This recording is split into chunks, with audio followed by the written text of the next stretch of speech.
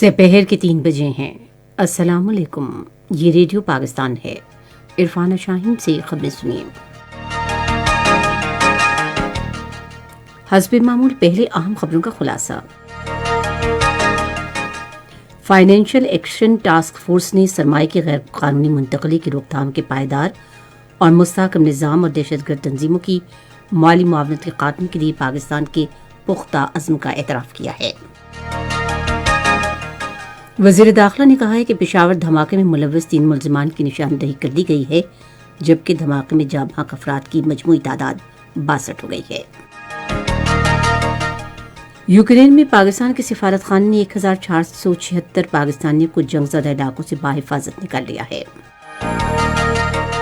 Film اور ٹیلی vision کے معروف اداکار اور ہدایت کار مسعود اختر طویل علالت کے بعد آج لاہور میں انتقال کر گئے۔ اور راولپنڈی میں پاکستان اور آسٹریلیا کے درمیان پہلے کرکٹ ٹیسٹ کے دوسرے دن کا کھیل جاری ہے۔ خبریں تفصیل کے ساتھ۔ فائنینشیل ایکشن ٹاسک فورس نے سرمایہ کی غیر قانونی منتقلی کی روک تھام کے پائیدار اور مستحکم نظام اور دہشت گرد تنظیموں کی مالی معاونت کے خاتمے کے لیے پاکستان کے پختہ عزم کا اعتراف کیا ہے۔ ٹاسک فورس کا اجلاس فزیکل اور آن لائن دونوں طرز پر ہوا۔ اجلاس میں پاکستانی وفد کی قیادت وزیر توانائی حماد اظہر نے کی۔ پاکستان نے اجلاس میں اپنا کیس مؤثر انداز میں پیش کیا اور ٹاسک فورس کے اہداف کی تکمیل کے لیے اپنی کوششیں جاری رکھنے کا سیاسی عزم ظاہر کیا۔ جہاں تک 2018 کے ایکشن پلان کا تعلق ہے، پاکستان 27 میں سے 26 اہداف پہلے ہی مکمل کر چکا ہے، جبکہ فائنینشیل ایکشن ٹاسک فورس نے تسلیم کیا ہے کہ پاکستان نے آخری ہدف کی تکمیل کی طرف نمایاں پیش رفت کی ہے۔ ٹاسک فورس نے باقی ایک ہدف کو کم سے کم ممکنہ وقت میں مکمل کرنے کے لیے پیش رفت جاری رکھنے کے حوالے سے پاکستان کی حوصلہ افزائی کی۔ پاکستان نے محض پہلے 2 مرحلوں میں سے 7 میں سے 6 نکات پورے کر لیے ہیں۔ ادھر وزیر توانائی حماد اظہر نے اپنے مختلف ٹویٹس میں کہا کہ پاکستان مشکلات کے باوجود پاکستان کی طرف سے فائنینشیل ایکشن ٹاسک فورس کے اہداف کی تکنیکی پہلوؤں کی تکمیل کا جلد اعتراف کر لیا جائے گا۔ وزیر توانائی نے منی لانڈرنگ اور دہشت گرد تنظیموں کی مالی معاونت کی روک تھام کے لیے پاکستان کا غیر متزلزل عزم ظاہر کیا۔ وزیر داخلہ شیخ رشید احمد نے کہا ہے کہ گزشتہ روز پشاور میں گھناؤنے حملے میں ملوث 3 ملزمان کی نشاندہی ہو گئی ہے۔ آج ایک ویڈیو پیغام میں انہوں نے اس حوالے سے خیبر پختونخوا پولیس اور تحقیقاتی اداروں کی کوششوں کی تعریف کی۔ انہوں نے کہا کہ پولیس ملزموں کو 1-2 دن میں گرفتار کر لے گی۔ وزیر داخلہ نے واضح کیا کہ ان کی وزارت کو نواز شریف کی طرف سے پاسپورٹ کے لیے کوئی درخواست موصول نہیں ہوئی۔ موجودہ سیاسی صورتحال پر تبصرہ کرتے ہوئے شیخ رشید احمد نے کہا کہ حزب اختلاف کی جماعتوں کو ماضی میں بھی قومی اسمبلی میں شکست کا سامنا کرنا پڑا، اور اگر وہ عدم اعتماد کی تحریکیں لائیں تو انہیں ایک بار پھر ناکامی کا سامنا کرنا پڑے گا۔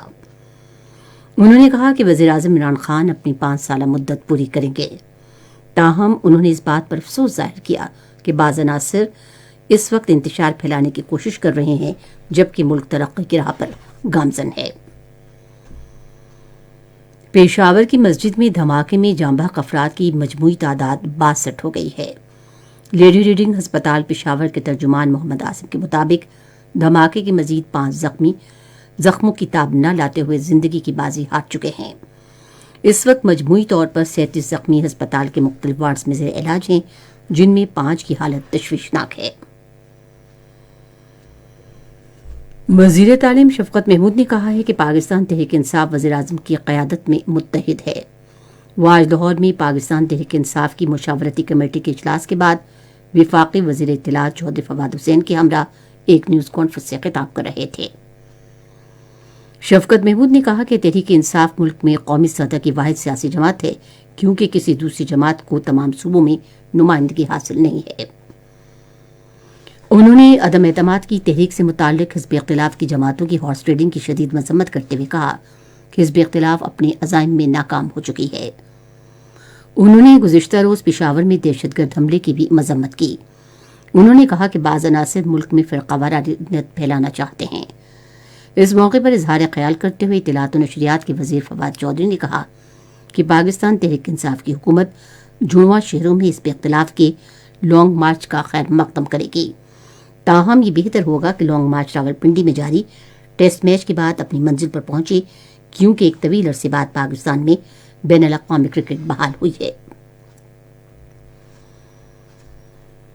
اطلاعات و نشریات کے وزیر مملکت فاروق حبیب نے کہا ہے کہ حکومت اپنی آئینی مدت پوری کرے گی اور اپنی شاندار کارکردگی کے باعث دوبارہ اقتدار میں آئے گی۔ آج لاہور میں صحافیوں سے گفتگو کرتے ہوئے انہوں نے کہا کہ حزب اختلاف اپنے بدعنوانی چھپانے کے لیے متحد ہے اور وہ احتساب سے خوفزدہ ہیں۔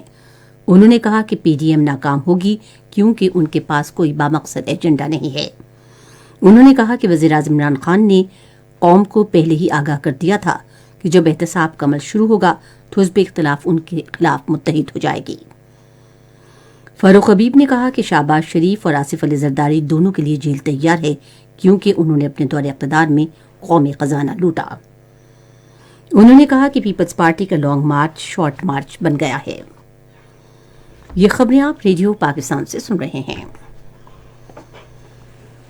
روس نے یوکرین کے 2 شہروں میں عارضی جنگ بندی کا اعلان کیا ہے۔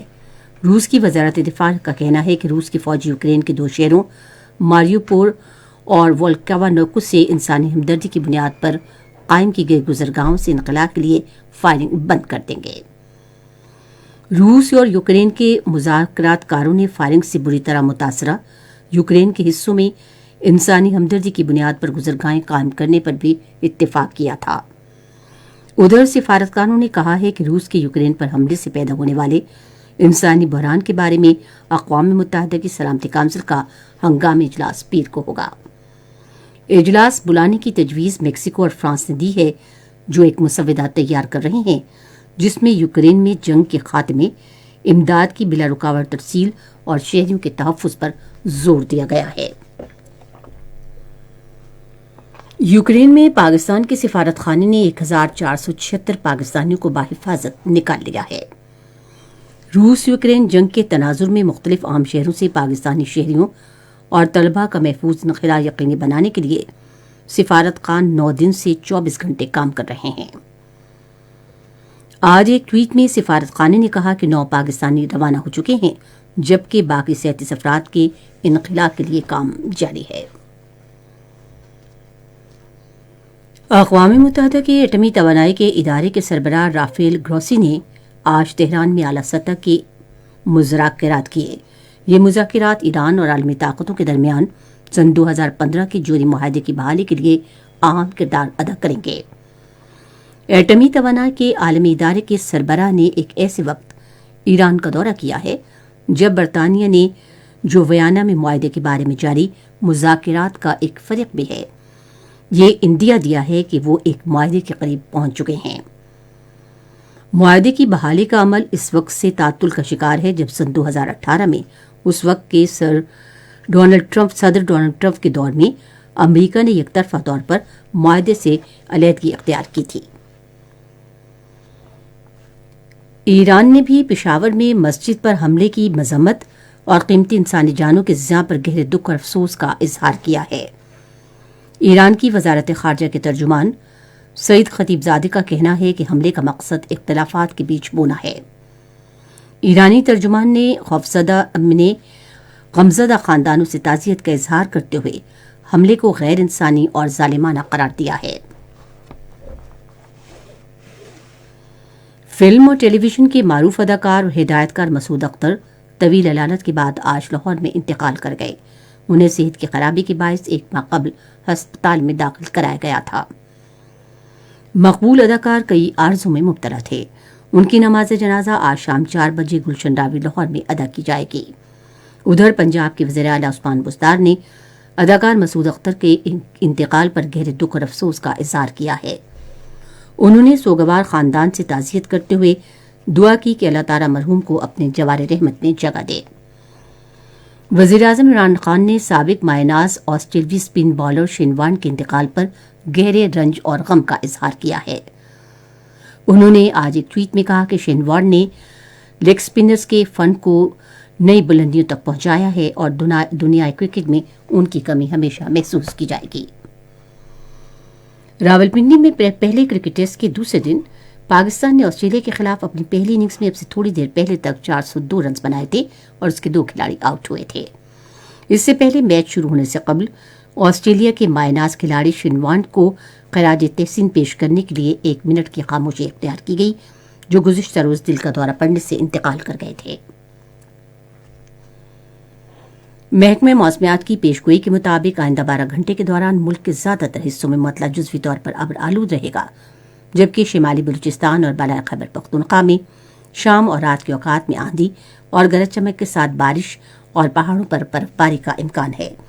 آج ریکارڈ کیا گیا درجہ حرارت اسلام آباد اور Peshawar 23 degree centigrade, Lahore 25، Karachi 33، Quetta 18، Gilgit 19، Murree 18، Muzaffarabad 12 degree centigrade, Jammu 22، Srinagar 8 اور لیہ -3 ڈگری سینٹی گریڈ۔ خبریں ختم ہوئیں۔ مزید خبروں اور تجزیوں کے لیے ہماری ویب سائٹ ہے radio.gov.pk اور فیس بک کے link radio Pakistan news official پر آپ ہماری خبروں کی براہ راست ویڈیو اسٹریمنگ بھی ملاحظہ کر سکتے ہیں۔